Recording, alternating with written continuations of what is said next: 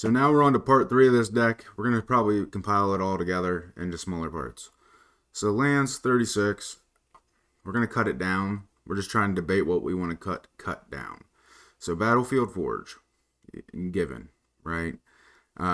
It's either a colorless mana or you can do 1 damage to yourself and get a red or a white. I think that's a pretty good trade-off. It's just as good as that 1 mana rock down below. Blossoming Sands. These are the lands I'm currently trying to get rid of. So Blossoming Sands basically enters the battlefield tapped. When Blossoming Sands enters the battlefield, you gain 1 life. Okay. Canopy Vista. These came out in Zendikar. BFZ. Battle for Zendikar. So you got Canopy Vista. This one I've actually had since BFC. The Cinderglade. Really good card. They're just along the same lines. So Canopy Vista, Cinderglade, Command Tower given, evolving Wilds. If you have it, switch it out for a Fabled Passage. Exotic Orchard. Really good card. Add just anything that gives you lands. Now, one thing I do want to talk about here. Gruul Turf. Right? These cards from the 2019 sets and stuff like that, where they're tapped for 2 lands, always worth to include, even though people say they aren't. Especially if you're playing in a low to medium game, right? So this is going by EDH standards. Their Discord. Gruul Turf. Guildless Commons. Just a free. There's basically a tapped Soul Ring. Almost is just as good as a Mana Crypt, to be honest with you. Instead of taking 3 damage, I'd rather just come in tapped and I have 2 colorless mana at any time. So just pretty much a Soul Ring on a land. I market free sack outlet, or just a 1 mana to your mana pool, 1 colorless mana. Jungle Shrine.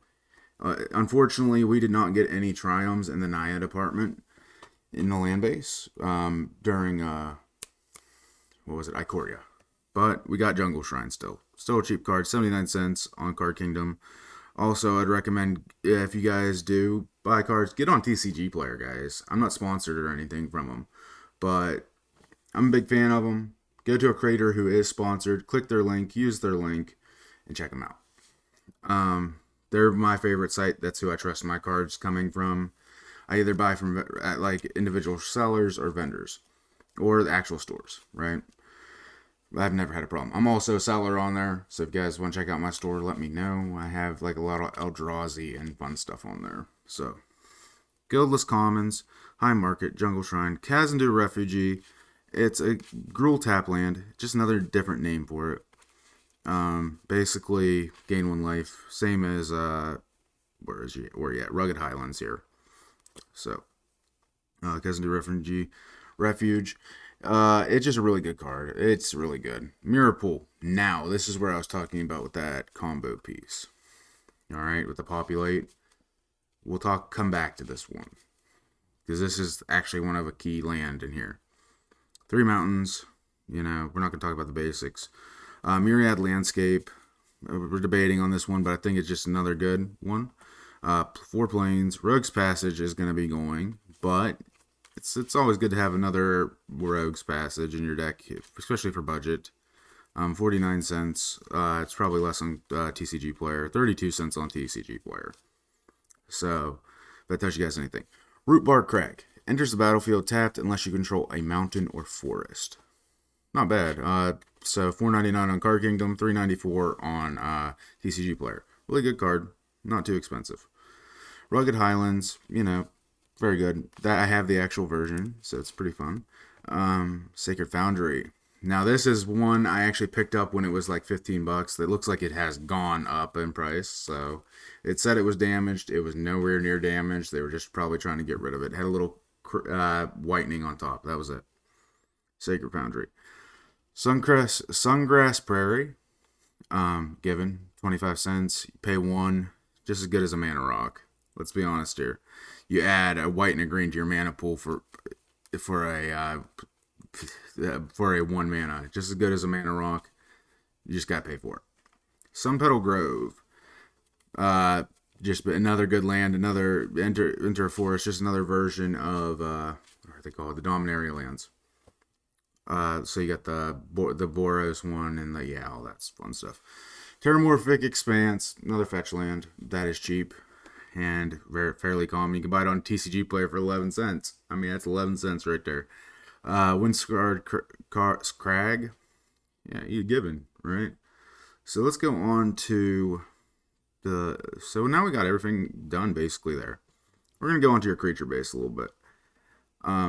So we're gonna go start with the first one, Arson of Kozilek. You're not really playing this for its cast trigger, but you can cast it.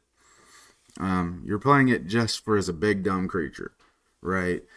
Or the Annihilator 2, which makes them sack stuff. So Arson of Kozilek hits the battlefield. You got 10-9 right there, man, if you have haste. Bane of Bala Ged. It's just kind of a throw in, a pet peeve. I was like, I don't have anything else, but I like exiling stuff. Exiling is always fun. So when it attacks, defending player exiles 2 permanents. So we want to make sure they have no permanents. So they could be lands, they could be creatures blocking, whatever. Board Rigmus Enraged, big dumb creature that when he hits, he gets you get the mill yourself, right? And that's where cards like Naya's Charm and stuff like that. Mill, certain amount of cards, return any discarded lands or anything to your hand and deal 3 damage. Sort of like, what is that? Titan. Inferno Titan but on a little bit more expensive of a card. So you get Inferno Titan. Breaker of Armies. Really good attacking card, I'm not going to lie. It's to say they got a whole bunch of 1/1s on the field. Every one of them are required to attack it, defend it. So as soon as you attack, they have to block. Every creature, that person's basically like a free board wipe early game if you can get it out early game. Elesh Norn. Now this one is considered a salty card. For me, I'm like, it's not the best. I think it's kind of overrated a bit. But people don't like the fact of the -2/-2. Right? That's where you're going to get your problem with it. Especially people who play token decks. Or usually play smaller creatures. You're going to knock them down a peg. And this is one of the cards I personally like to play. Because I like being an arch enemy. I like being, hey guys, you got your creatures come out -2/-2. I'm sorry. So insta-sack outlet for them. Other creatures get +2/+2. So everybody is, say you got a 10-9, you got 12-11 now, right? Atali, play their stuff. Everybody likes playing each other's stuff. Saying, hey, everybody, please flip the card to your library. If it's a permanent, I'm going to put it on the battlefield no matter what. Galta, just a big dummy. I mean, come on, let's look at this big trample, run over him, rah, dinosaur.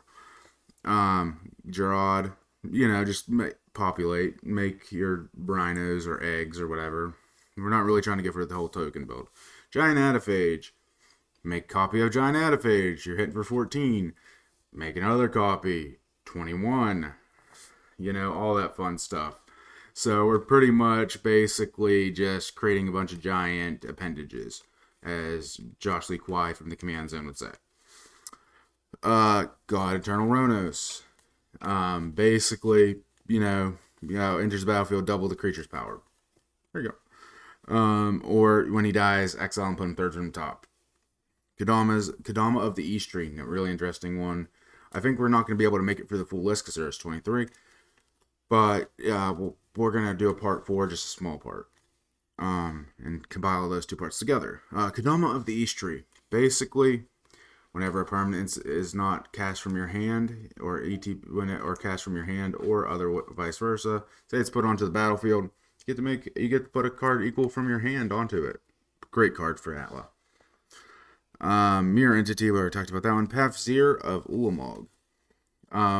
So Annihilator 3, we're going with that Annihilator triggering. Pafzir of Ulamog can't be blocked except by 3 or more creatures. So they have to have 3 creatures or they can't block it. Basically like Menace times +1. Quartzwood Crasher, creatures that have trample make a whole bunch of tokens. Rampaging Malofs, landfall, big 6/6 dummy. Regal Behemoth. This is one I want to talk about in the next video. So we're going to go ahead and do a part 4 here. And try maybe compile it all together. Or just put 2 separate parts out. So probably do like the enchantments and creatures in this spot or something like that. All right, guys. See you here in a minute. Bye.